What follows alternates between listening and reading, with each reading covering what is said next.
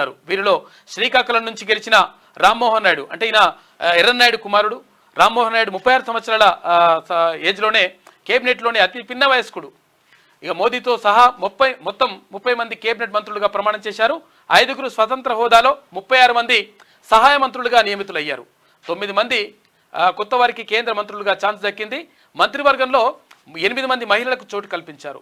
వీరిలో నిర్మలా సీతారామన్, అన్నపూర్ణాదేవి కేబినెట్ మంత్రులుగా అయితే మిగతా వారు సహాయ మంత్రులుగా నియమితులయ్యారు. కేంద్ర మంత్రులుగా ఛాన్స్ దక్కించుకున్న వారిలో రాజ్యసభ సభ్యులు 8 మందితో పాటు తాజా ఎన్నికల్లో ఓడిపోయిన పలువురు నేతలు కూడా ఉన్నారు. ప్రమాణం చేసిన కేంద్ర మంత్రులందరికీ శాఖలను తర్వాత కేటాయించనున్నారు.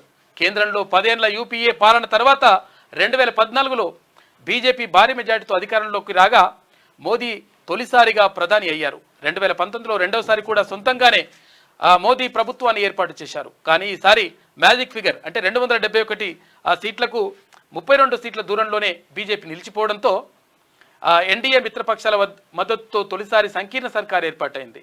ఇక ఏపీ నుంచి 3కి కేంద్ర కేబినెట్లో ఏపీకి 3 మంత్రుల పదవులు దక్కినాయి. కూటమిలో కీలకంగా మారిన టీడీపీకి 1 కేబినెట్, ఒక సహాయ మంత్రి పదవి కూడా కేటాయించిండ్రు. మొత్తం మీద ఇక్కడ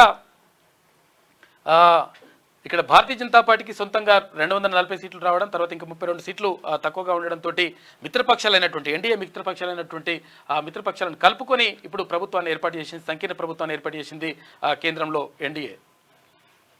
ఇక తెలంగాణకు 2 పదవులు.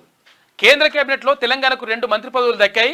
కిషన్ రెడ్డి రెండోసారి కేంద్ర కేబినెట్ మంత్రిగా ప్రమాణం చేశారు. గత ప్రభుత్వంలో తొలి 2.5 ఏళ్లు కేంద్ర హోంశాఖ సహాయ మంత్రిగా, తర్వాత కేబినెట్ హోదాలో కేంద్ర సాంస్కృతిక పర్యాటక ఈశాన్య రాష్ట్రాల అభివృద్ధి శాఖ మంత్రిగా ఆయన బాధ్యతలు నిర్వర్తించారు. ఇక రాష్ట్రంలో పార్టీని బలోపేతం చేసి హైకమాండ్ దృష్టిలో పడిన బండి సంజయ్కు తొలిసారి కేంద్ర కేబినెట్లో బెర్తు దక్కింది.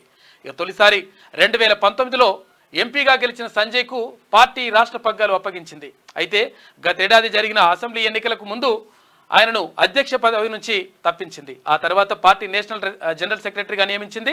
తాజా ఎన్నికల్లో కరీంనగర్ నుంచి ఆయన రెండోసారి ఎంపీగా గెలిచారు. దీంతో రాష్ట్రానికి ఇచ్చే 2వ మంత్రి పదవి కోటాలో హైకమాండ్ ఆయనకు అవకాశం కల్పించింది అంటూ ఒక వార్త కనిపిస్తా ఉంది. మొత్తం మీద ఇక్కడ కేంద్ర కేబినెట్ కొలువు తీరింది.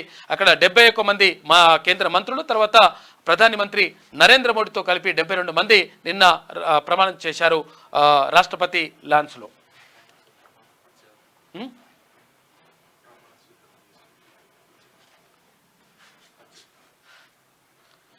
ఇక ఆదివారం ఢిల్లీలోని రాష్ట్రపతి భవన్ లాన్స్లో నరేంద్ర మోడీతో ప్రమాణం చేయిస్తున్న ప్రెసిడెంట్ ముర్ము అంటూ ఒక వార్త కనిపిస్తూ ఉంది.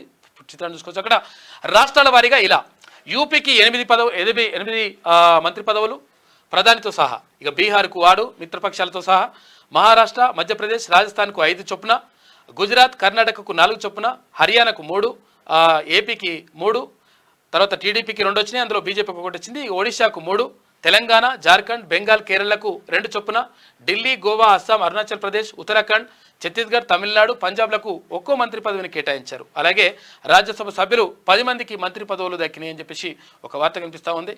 ఇక ఏపీ పాలిటిక్స్ పైనే పవన్ ఫోకస్. కేంద్ర కేబినెట్లో చేరని జనసేన, మోదీ ఆఫర్ ఇచ్చినా సున్నితంగా తిరస్కరణ.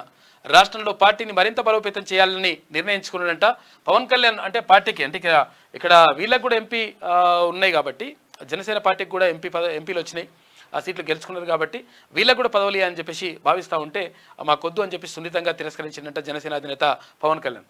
ప్రధానంగా ఏపీ పైనే ఫోకస్ పెడతా అని చెప్పేసి ఆయన చెప్తున్నాడు.